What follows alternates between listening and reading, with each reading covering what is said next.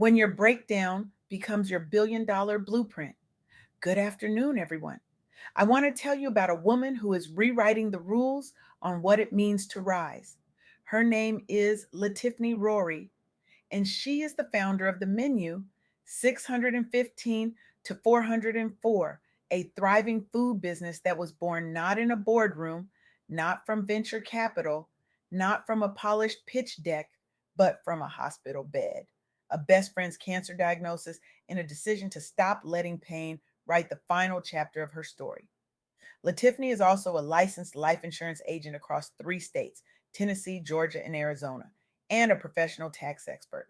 But more than her credentials, more than her hustle, more than her titles, LaTiffney represents something profound that is happening right now across this country.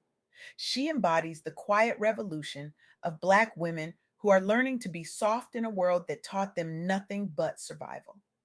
And today I want to share what I learned from her because it challenges everything we think we know about entrepreneurship, strength, success, and what it really takes to build an empire when the world keeps telling you that you don't belong.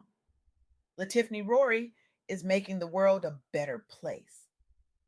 One plate at a time, one boundary at a time, one breath at a time. And her story is not just inspiring, it's disruptive, it's revolutionary, and it's exactly what we need to hear right now. Here's what most people believe: they believe that entrepreneurship is about having capital, connections, and a polished business plan. They believe that success comes from grinding harder, hustling longer, and never showing weakness.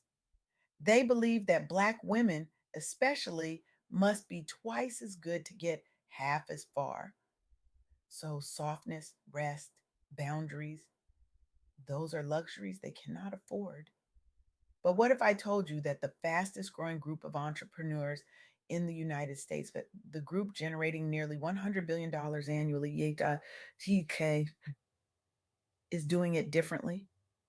What if I told you that Black women are not just surviving entrepreneurial challenges, they are leading an explosive surge in business ownership, doubling their rates from 2019 to 2023, and owning 68% of Black led micro businesses, all while facing disproportionate barriers like limited access to capital and the systematic rollback of diversity, equity, and inclusion programs?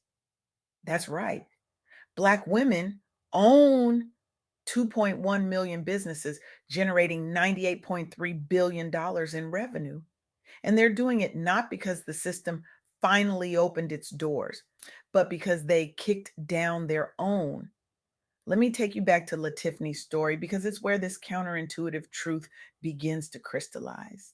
6 months into working at the Nashville airport, LaTiffney's back pain became unbearable. She went to work one day and the pain brought her to tears. She left and went straight to the emergency room. The diagnosis: sciatica. Her primary care physician took her off work. She saw physical therapists, she saw spinal specialists, she took medications, but nothing seemed to help. Her body was screaming and no one was listening.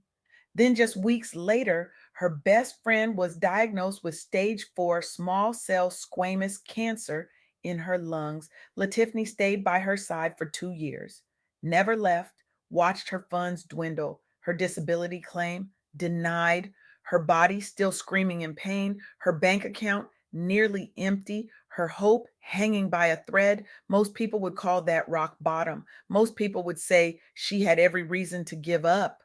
Most people would say the odds were stacked too high, the barriers too thick, the pain too deep. But LaTiffney did something unexpected. She decided to move to Atlanta and start selling food again, something she had done before. She changed her diet. She drank fresh juices. She used herbs and exercise to heal her back naturally. No medications, no shots. And she built the menu 615 to 404 from scratch, all while maintaining her license as a life insurance agent and tax professional across 3 states. Now, here's the question I want you to sit with. What if your biggest setback, your health crisis, your job loss, your moment of utter depletion is not the end of your story, but the divine setup for your most profitable pivot. Because that's exactly what's happening across the country right now. Black women are being hit hardest by DEI cuts and mass layoffs. Wells Fargo's 2025 report shows that as diversity programs are eliminated, Black women are losing jobs at alarming rates. And instead of waiting for the system to fix itself, instead of applying for government aid that carries the stigma of poverty they grew up trying to escape, they're investing their severance into startups and stocks. They're creating income streams through new businesses, and their businesses have risen 33% from 2019 to 2023.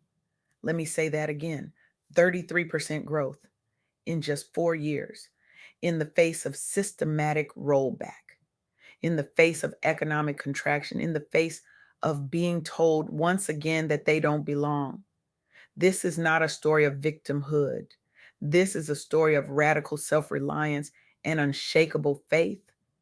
This is the story of women who are learning that softness is not weakness, it's a revolutionary act of self preservation and self love.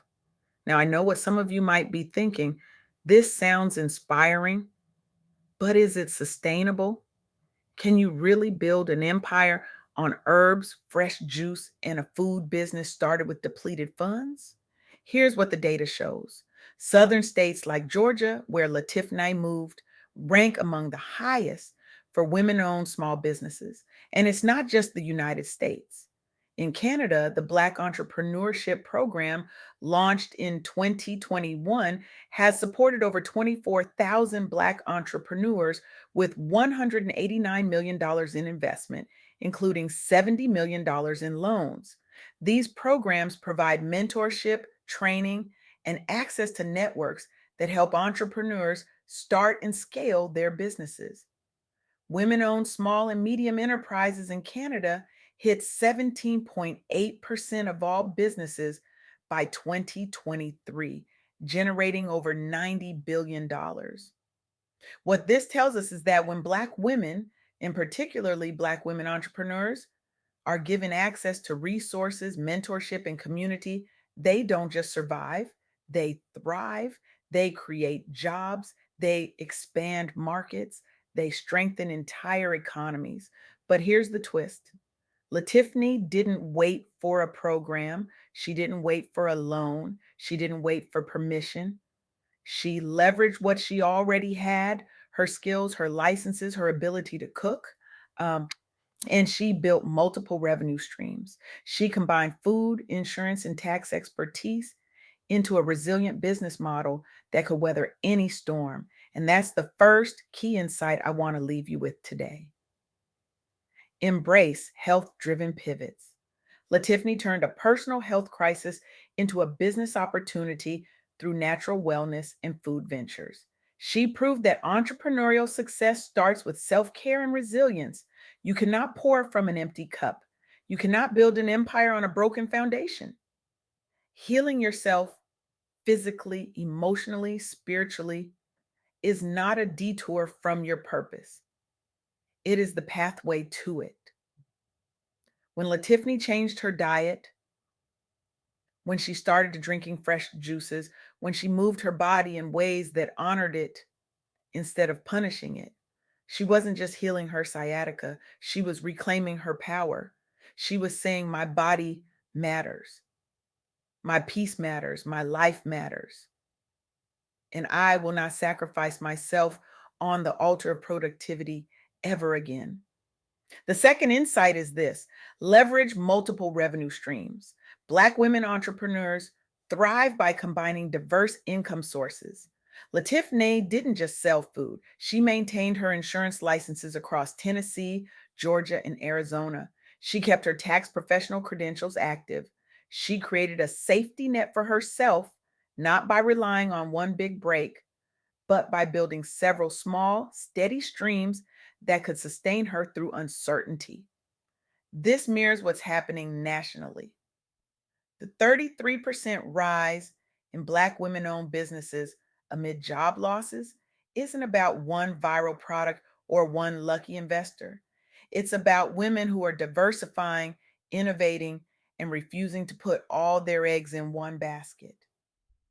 And the third insight, overcome barriers with community and innovation.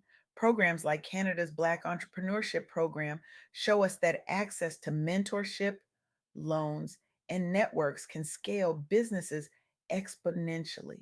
$70 million dollars approved for over 24,000 entrepreneurs. That's the power of collective investment in Black excellence.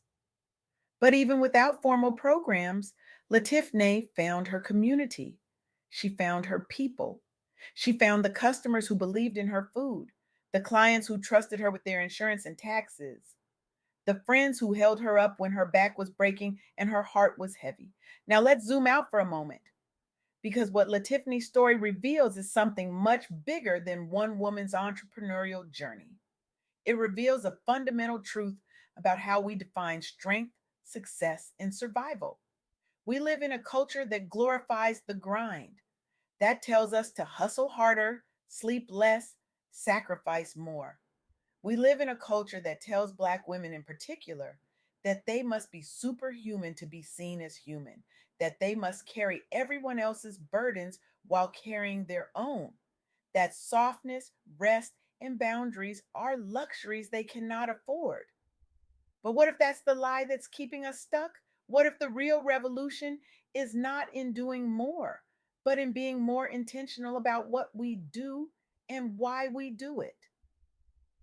LaTiffney didn't heal her sciatica by pushing through the pain. She healed it by changing her diet, by drinking fresh juices, by moving her body in ways that honored it instead of punishing it.